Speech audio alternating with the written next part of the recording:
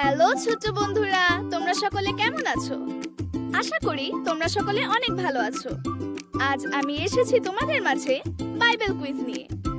আজকের বাইবেল কুইজের মূল বিষয় হলো পতন।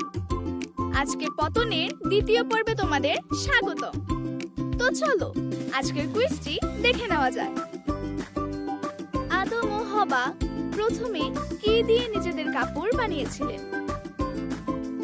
তোমাদের জন্য 4টি অপশন।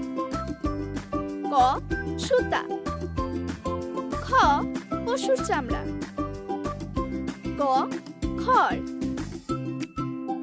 খ ডুমুর গাছের পাতা।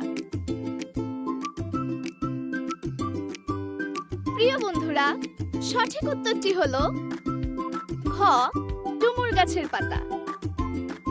এত সময় আমাদের সাথে থাকার জন্য তোমাদের জানাই অসংখ্য ধন্যবাদ। দেখা হবে আবারও পরবর্তী কুইজে।